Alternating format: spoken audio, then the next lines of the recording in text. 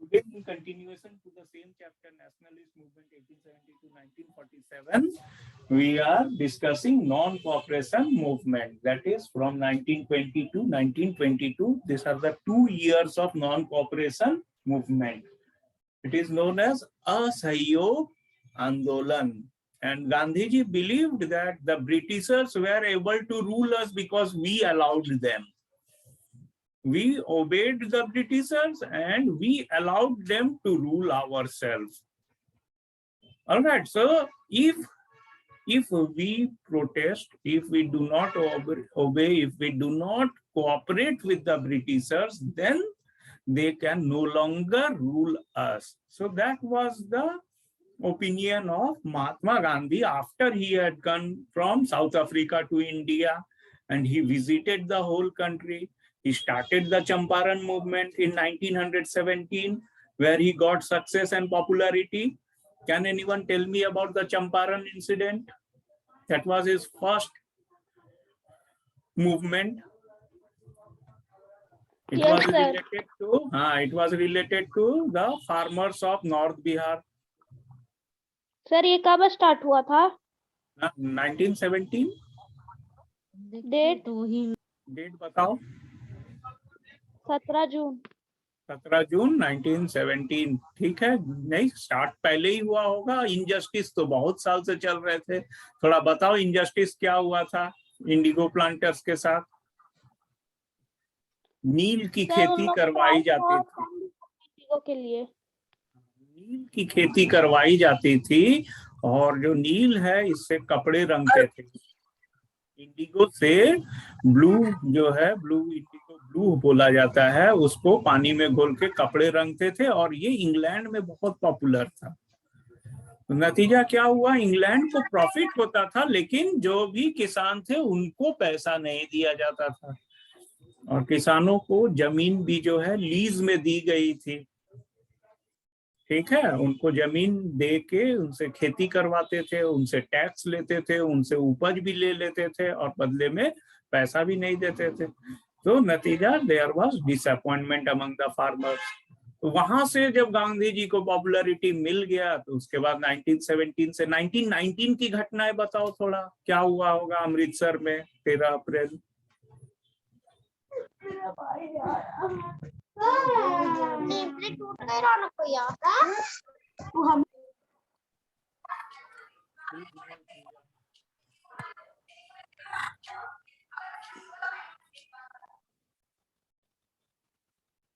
Mute yourself if you are not answering.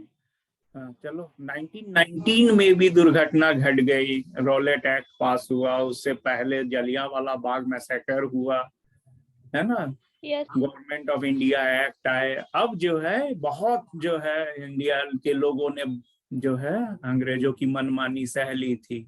तो नतीजा क्या था, नॉन कोऑपरेशन मूवमेंट को इनिशिएट किया गया. तो उसमें क्या हुआ, नागपुर सेशन में उसको नॉन कोऑपरेशन मूवमेंट को जो है डिस्कस किया गया और वो कांग्रेस सेशन में जो है नॉन कोऑपरेशन मूवमेंट को स्टार्ट करने के लिए सारा कुछ जो है स्ट्रेटेजी बना लिया गया, प्लान कर लिया गया. क्या करना था, to renounce the title and honour. अंग्रेज लोग जो है उपाधि देते थे लोगों को, टाइटल देते थे, है ना. किसी को राय बहादुर बना दिए, किसी को चौधरी टाइटल दे दिए, किसी को जमीन दे दिए, किसी को इस तरह से जो है. रविंद्रनाथ टैगोर को भी जो है वो नाइट की उपाधि दिए थे. नाइट की स्पेलिंग KNIGHT. तो उपाधि जो दिए जाते थे उस समय. नाइट में होता क्या है, मतलब होता है रक्षक. नाइट का मतलब होता है रक्षक या वॉरियर जैसा. ठीक है, तो रविंद्रनाथ टैगोर को जो है वो लोग एक उपाधि दिए. ऐसे ही इंडिया के कुछ जो लीडर्स थे उन लोगों के लिए जो है थोड़ा बहुत जो है एक ऑनर या एक टाइटल देके लोगों को खुश करते थे. तो पहले हो गया कि त्याग देंगे, we will give up the titles and honours conferred to the Indians by the Britishers. Next हो गया boycott of legislature, school, colleges, courts, offices, foreign goods और हड़ताल शुरू कर दिए. जगह जगह लूटपाट पिकेटिंग होने लगा, और उस समय जो है अंग्रेज के फॉरेन मेड गुड्स को डंप करके उसको आग लगा दिया गया, बॉनफायर सेलिब्रेशन किया गया। तो ये सब तरीका अपनाया गया non cooperation with the Britishers. Then Jamia Millia Islamia, ये एक मुस्लिम लोगों को पढ़ने लिखने के लिए JMI अलीगढ़ में जो है स्टार्ट हुआ है ना। इसका नाम जो है JMI दिल्ली में है और एक अलीगढ़ में भी बना है, अलीगढ़ मुस्लिम यूनिवर्सिटी, और काशी विद्यापीठ बनारस में स्टार्ट हुआ है। यानी कि हिंदू आइडियोलॉजी वाले जो है वो काशी विद्यापीठ में एक विद्यापीठ स्थापित किए, और JMI दिल्ली में है, और एक अलीगढ़ मुस्लिम यूनिवर्सिटी भी जो है अलीगढ़ में है। तो वो बनाए गए। तो इससे क्या हुआ, इंडिया के लोग अपने ढंग से अपने लिए एजुकेशन सिस्टम को शुरू कर रहे थे, ना कि इंग्लिश एजुकेशन को कंटिन्यू करे। तो ये सब नॉन कॉपरेशन मूवमेंट हुआ और इसको वापस ले लिया गया। एक दुर्घटना घटी। कौन सी दुर्घटना घटी?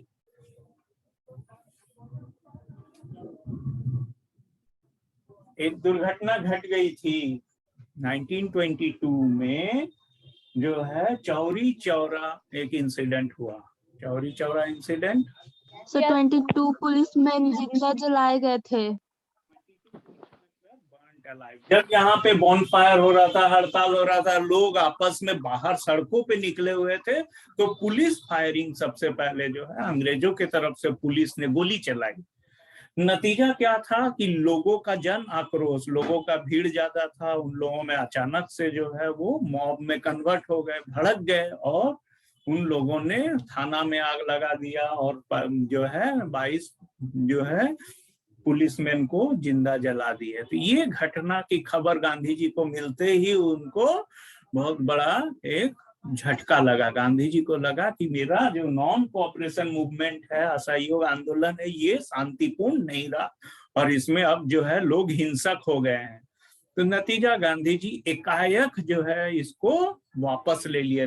इनने कहा कि ये मूवमेंट और कंटिन्यू नहीं होगा, जिसका विरोध जो है जवाहरलाल नेहरू भी किए। उस समय बाकी लीडर्स लोग भी, जो सुभाष चंद्र बोस भी थे और भी उस समय के जो पॉपुलर लीडर्स थे, उन लोगों ने उसका विरोध किया कि एक घटना से पूरा मूवमेंट को वापस नहीं लेना चाहिए। लेकिन गांधी जी थोड़ा अपना हट उस समय दिखा दिए, जिद करके बोले नहीं, हम इसमें जो है और भागीदारी नहीं लेंगे। तो ये हुआ non cooperation movement. Gandhi ji अब विड्रॉ कर लिए मूवमेंट से। तो क्या सब कुछ खत्म हो गया होगा इंडिया का फ्रीडम स्ट्रगल? No sir. तो इस समय जो है कुछ नए जो है लीडर सामने आए और अपना अपना तरह से जो है प्रोटेस्ट जारी रखे हैं। तो उनमें से एक जन थे सरदार वल्लभ भाई पटेल, और इन्होंने बारडोली में जाके आंदोलन किया, है ना। बारडोली गुजरात में एक गांव है और वहां पे एक आंदोलन स्टार्ट किया है। चलो, हमेशा का एक क्वेश्चन है, who was governor general non cooperation movement? हमको लगता है यही है ना, चेम्सफोर्ड ही रहे होंगे। हमेशा आंसर दो, who was the governor general? Yes sir. ठीक है, 1919 में चेम्सफोर्ड आए थे, तो 20, 21, 22 भी रहे होंगे। तो Chelmsford was the governor general of that time. तो बारडोली में भी जो है किसानों का साथ अन्याय हो रहा था, उनको टैक्स ज्यादा देना पड़ता था अंग्रेजों को, और उस समय किसानों के साथ देने वाले सरदार वल्लभ भाई पटेल थे, और वहां के ही किसानों ने जो है वल्लभ भाई पटेल को सरदार टाइटल दिया, अपना लीडर मान लिया। ठीक है, फिर सर ये कब हुआ था? 1928 है। ठीक है, 1928। और उससे एक साल पहले क्या हुआ, साइमन कमीशन बना इंग्लैंड में 1927 में। 1928 में साइमन कमीशन आया, और साइमन कमीशन क्या चाह रहे थे? साइमन कमीशन जो है वो 1919 वाला चेम्सफोर्ड रिफॉर्म्स में ही आगे बढ़ा के कह रहे थे कि देश में जो है लेजिस्लेशन, नियम बनेगा, देश में व्यवस्था होगा, देश में कॉन्स्टिट्यूएंट असेंबली बनेंगे, ये सब बात वो प्रपोजल दे रहे थे। लेकिन इंडिया क्या मांग रहे थे? फ्रीडम। इंडिया मांग रहे थे फ्रीडम, भाई आप लोग जाइए, हम लोग अपना हाल पे अपना खुद समझ लेंगे। लेकिन वो जो है इंडिया के कोई बात को सुनने की स्थिति में नहीं थे। अब जो है यहाँ पे ही पता चल रहा है ना, टाइटल को त्याग दिए और जो है उनके जो ऑफिस है, कोर्ट है, स्कूल कॉलेज है, सब कुछ जो है उसको हम लोग बॉयकॉट कर दिए हैं। तो स्वदेशी अपना रहे थे, उनके फॉरेन गुड्स को बॉयकॉट कर रहे थे और हम अपने शासन अपने देश में लागू करना चाहते थे। तो 1929 में कुछ हुआ क्या लाहौर में? Congress yes sir, Lahore session pass हुआ। हाँ, लाहौर सेशन हुआ। अब 1928 में 27 में साइमन कमीशन आया, वो रिजेक्ट हो गया। इंडिया के लोग उसको बोले हम लोग नहीं मानेंगे। 28 में सरदार पटेल अपना मूवमेंट करने लगे। 29 में संपूर्ण स्वराज। इंडिपेंडेंस का डिमांड हुआ। कोई डेट बता सकते हो? यस, 26 जनवरी 1930। क्या सर? 30 संपूर्ण स्वराज, कंप्लीट इंडिपेंडेंस। स्वराज, पूर्ण स्वराज की मांग सर दिसंबर में हुआ था, डेट तो नहीं लिखा हुआ है यहाँ पे। ठीक है, दिसंबर कौन सा ईयर है? 1929। चलो ठीक है, डेट पता कर लो। 29। डेट वाज 19 दिसंबर। 19 दिसंबर को मांग रखी गई और 26 जनवरी 1930 यानी कि जो है एक डेढ़ फर्स्ट महीना, इंडिपेंडेंस। एक डेढ़ महीने बाद ही हम लोगों ने अपना झंडा फहरा लिया। तो अंग्रेज लोग जो है और जो है परेशानी में आ गए, चिड़चिड़ा गए वो लोग कि अरे ये लोग तो झंडा फहरा रहा है, पूर्ण स्वराज मांग रहे हैं और अपना डिक्लेयर भी कर रहे हैं फ्रीडम को। तब इसमें गांधी जी अरेस्ट हो जाते हैं, है ना। लोगों का मूवमेंट में पार्टिसिपेशन बढ़ने लगा, वायलेंट जो है शेप भी लेने लगा। अंग्रेजों के लिए भी जो है कोई उपाय अपॉर्चुनिटी नहीं था, तो वो जहां बल का प्रयोग कर सकते थे बल प्रयोग करते थे, अरेस्ट करते थे। गांधी जी अरेस्ट हो गए तो लोग और भड़क गए। फिर राउंड टेबल कॉन्फ्रेंस के लिए जो है गांधी जी को बातचीत किया गया, जवाहरलाल नेहरू से बातचीत किया गया और मोहम्मद अली जिन्ना से बातचीत किया गया। गांधी जी को फिर छोड़ दिया गया जेल से। तो राउंड टेबल का मतलब कोई बता सकते हो? 1930, 1931 दो राउंड टेबल कॉन्फ्रेंस हुए और दोनों ही फेल्योर थे। यानी अब लोग कोई भी बहकावे में नहीं आने वाले थे, कोई भी झांसे में नहीं आने वाले थे अंग्रेजों के। वो कुछ कंक्रीट रिजल्ट देखना चाहते थे, तो दो राउंड टेबल कॉन्फ्रेंस को रिजेक्ट किया गया। लेकिन राउंड टेबल क्या था? राउंड टेबल का सर एक मतलब मीटिंग होता है, होती थी। हाँ सर बताओ। एक मीटिंग होती थी जिसमें सर एक मीटिंग होती थी जिसमें ब्रिटिशर्स भी आते थे और इंडियंस भी जाते थे। अब इंडियंस और ब्रिटिशर्स को एक रूम में बैठ के एक जगह बातचीत करने का मौका मिल गया। इससे पहले कभी इंडियंस से कोई बातचीत में जो है डिसीजन में, मीटिंग में कभी इंडियंस को शामिल नहीं करते थे। वो लोग खुद ही अपना बात करते थे और इंडियंस को आके सीधा घोषणा करके सुना देते थे फैसला क्या हुआ। तो राउंड टेबल कॉन्फ्रेंस में इतना हुआ कि इंग्लैंड में गांधी जी गए, सरोजनी नायडू भी गए और भी जवाहरलाल नेहरू, जिन्ना, ये लोग गए, बात किए। ओके, तो राउंड टेबल में हुआ कि बराबरी का मौका देना। राउंड मतलब हुआ है कि राउंड टेबल में जैसे कोई साइड नहीं होता है, ना लेंथ ब्रेड पता चलता है, जो भी जिधर बैठा सबका ये है, ठीक है ना, बराबर का उसमें भागीदारी है। तो गोल टेबल कॉन्फ्रेंस हुए और ये गांधी जी का, लॉर्ड अर्विन उस समय वाइस रॉय थे। 1930-31 में साइमन कमीशन का फेलियर हो गया, उसको रिजेक्ट कर दिया गया। तो लॉर्ड अर्विन उस समय जो है इंडिया में वाइस रॉय थे, तो उनके साथ राउंड टेबल कॉन्फ्रेंस में बातचीत हुआ, लंदन में बात हुआ, ठीक है। In between their is one question, why is flag of India orange, green and white, and Who chooses this color to make flag of India? उस समय फ्लैग बनाने के लिए इंडियन नेशनल कांग्रेस में वो फ्लैग का भी हिस्ट्री है, उसको किसी अलग समय डिस्कस करेंगे। बहुत सारे जो है फ्लैग बने और उसमें से लास्ट में जो है एक पी वेंकैया है, उनके फ्लैग को जो है पिंगली वेंकैया, उनके फ्लैग को चूज किया गया और उसमें सैफरन कलर रखे गए, ग्रीन कलर रखे गए, व्हाइट कलर रखे गए और फ्लैग कोड में सारा इंटरप्रिटेशन किया गया है कि ट्रूथ के लिए, सैक्रिफाइस के लिए, प्रोग्रेस के लिए, पीस के लिए उसमें जो है कलर से इंडिकेशन किया गया है ना। एक ब्लू व्हील है और व्हाइट कलर है, वो शांति का प्रतीक है ना। Saffron colour is for sacrifice and truthfulness, green colour is for progress and prosperity. इस तरह से हम लोग जो है राउंड टेबल कॉन्फ्रेंस जो है वो बीत गया। उसके बाद जो है फिर गांधी जी जो है फिर एक और मूवमेंट स्टार्ट किए हैं। कोई बता सकते हो इस बार 1934 में कौन सा मूवमेंट स्टार्ट होने वाला था? Civil disobedience. अब जो है फर्स्ट वाला टाइम में नॉन कोऑपरेशन मूवमेंट था, उसी को नया नाम बदल के जो है सिविल डिसोबीडियंस मूवमेंट फिर से स्टार्ट किया गया।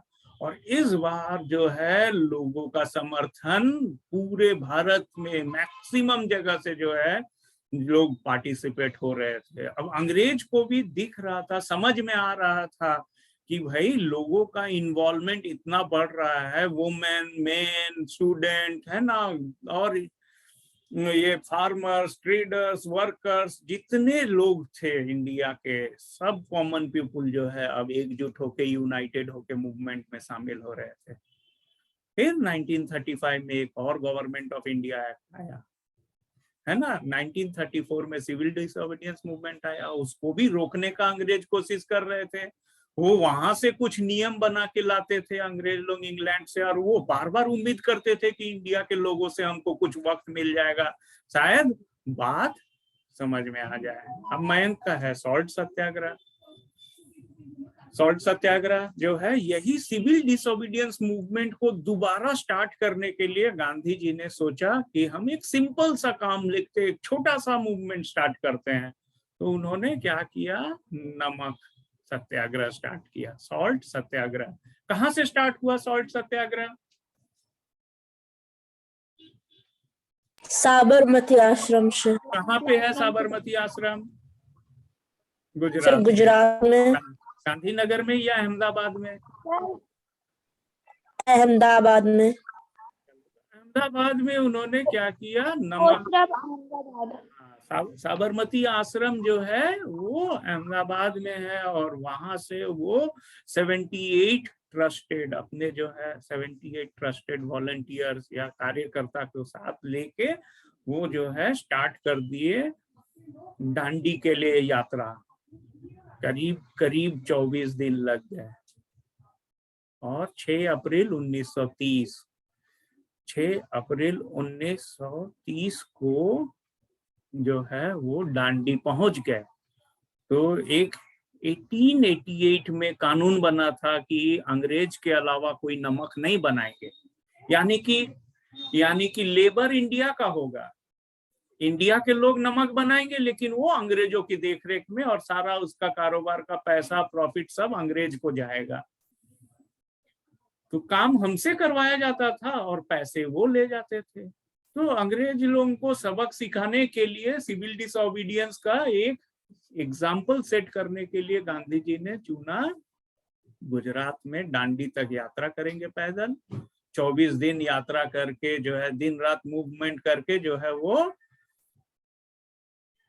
दांडी पहुंचे और नमक कानून तोड़े। उन्होंने नमक बनाया और एक एक करके उसके बाद नमक कानून का खबर वर्ल्ड में भी फैल गया, पूरे वर्ल्ड के अलग अलग कंट्री में। तभी प्रेस आ गया था, न्यूज़पेपर आ गए थे, पूरे वर्ल्ड में एजुकेशन था।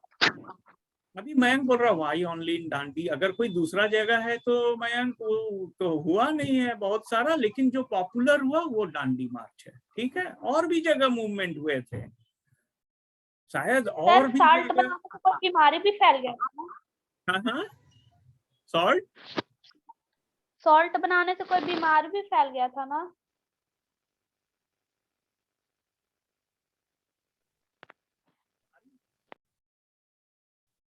ही नहीं।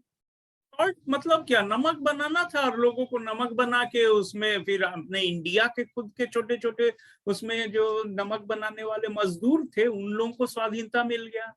उन लोगों को लगा कि हम लोग अंग्रेजों के नियम के खिलाफ अब ये काम हम लोग खुद करेंगे और अपने देश के लिए करेंगे अब।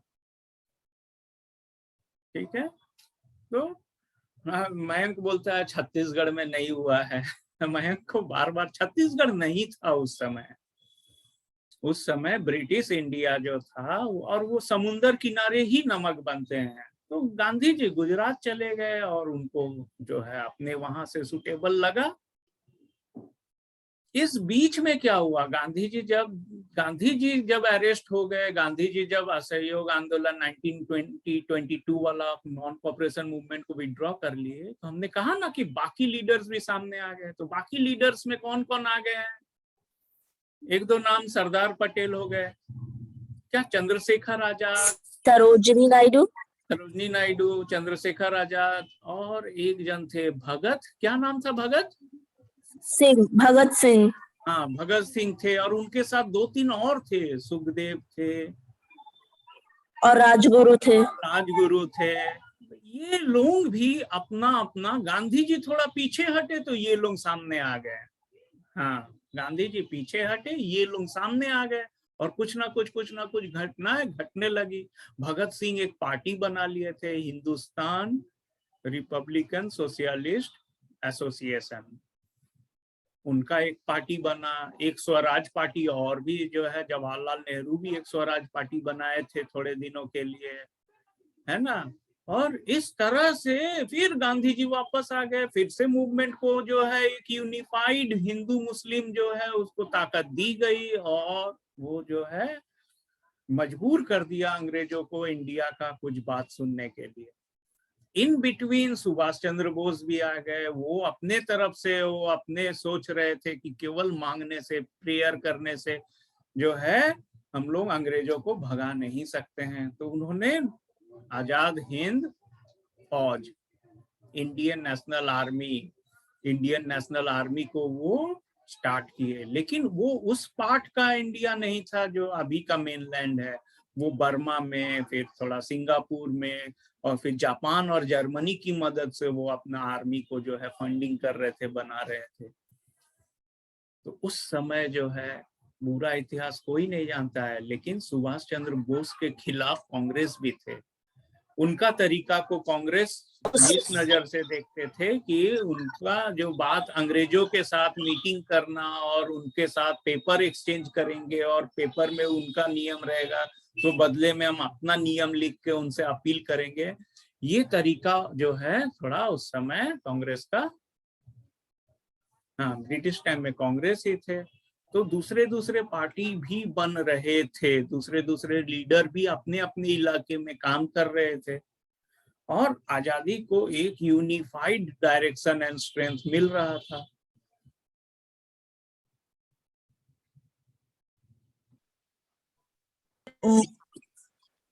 वो जो भगत सिंह और जो उनके जो सपोर्टर्स थे ना सर, उन्होंने ये काकोरी जो ट्रेन है ना सर, उनको लूट लिया था और फिर उनके ग्रुप में ना ये ब्रेवरी का काम माना जाता था।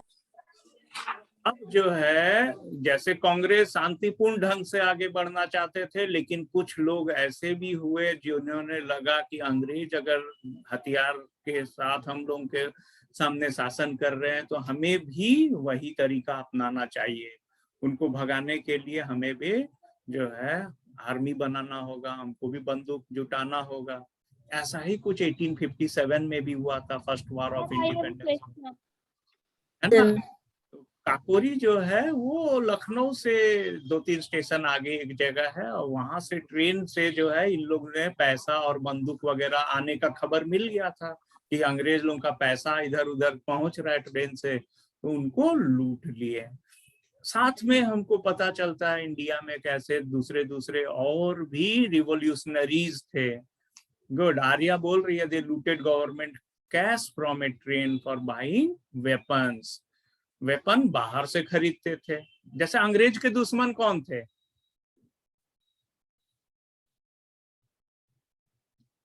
अंग्रेज के जापान जापान थे, जर्मनी थे, फ्रांस भी उसका बहुत अच्छा दोस्त नहीं था, है ना। तो इस तरह से इंडिया को बाहर से सपोर्ट मिल रहा था, कभी जापान से सपोर्ट मिला, कभी रशिया से सपोर्ट मिल गया। और सुभाष चंद्र बोस थे, रास बिहारी बोस थे, फिर जतीन दास थे, है ना, ऐसे बटुकेश्वर दत्त थे, ऐसे उधम सिंह थे, बहुत सारे लोगों का नाम हम लोगों को इतिहास में मालूम चलता है, जो लोग अपने अपने तरह से आजादी की लड़ाई में योगदान दिया। और काकोरी की एक घटना जो है वो बहुत इंपॉर्टेंट है, और इसी तरह जो है एक सक्सेसफुल इवेंट के चलते बहुत सारे इवेंट सक्सेसफुल हो गए। अब इन्होंने जो है लाहौर में जब असेंबली चल रहा था, लेजिस्लेटिव असेंबली, कुछ लोग वहां बमबारी किए, थोड़ा बता सकते हो? भगत सिंह थे और फिर उसमें राजगुरु और सुखदेव। राजगुरु और भगत सिंह ये क्या कर रहे थे, जहां ब्रिटिश का लेजिस्लेशन होता है, ऑफिस होते हैं, सब आके बैठते हैं, प्लानिंग करते हैं, उस असेंबली में ही जाके बम गिरा दिए। और ये सब घटना जब घटने लगी तो अंग्रेजों को खाली लगा कि खाली अभी कांग्रेस से बात करके पूरे देश को अब मनवाया नहीं जा सकता है। तो एक 1942 में मूवमेंट हुआ, 1942 में एक मूवमेंट हुआ, उसको बोलते हैं क्विट इंडिया मूवमेंट। यानी कि अब लोग चिल्ला चिल्ला के बता रहे थे, अंग्रेज लोग भारत छोड़ो। बात समझ में आया? तो समय 1935 में गवर्नमेंट ऑफ इंडिया एक्ट आया, बावजूद इसके जो है अंग्रेज लोग जो है अभी पूरे इंडिया को मनवा नहीं पा रहे थे। और 1942 में गवर्नमेंट ऑफ जो है इंडिया का जो है क्विट इंडिया मूवमेंट जो है वो भी एक पॉपुलर मूवमेंट हुआ। और फिर 1946 में कैबिनेट मिशन आया, और वो गवर्नमेंट ऑफ इंडिया एक्ट 1935 को ही रिन्यू करके कैबिनेट मिशन बनाए और इंटरिम गवर्नमेंट बनाया, और इंडिया को इलेक्टोरेट इंडिया को रिकॉग्नाइज करने का उसमें प्रपोजल था। और एक साल बाद हम लोग आजादी को पा लिए। ठीक है।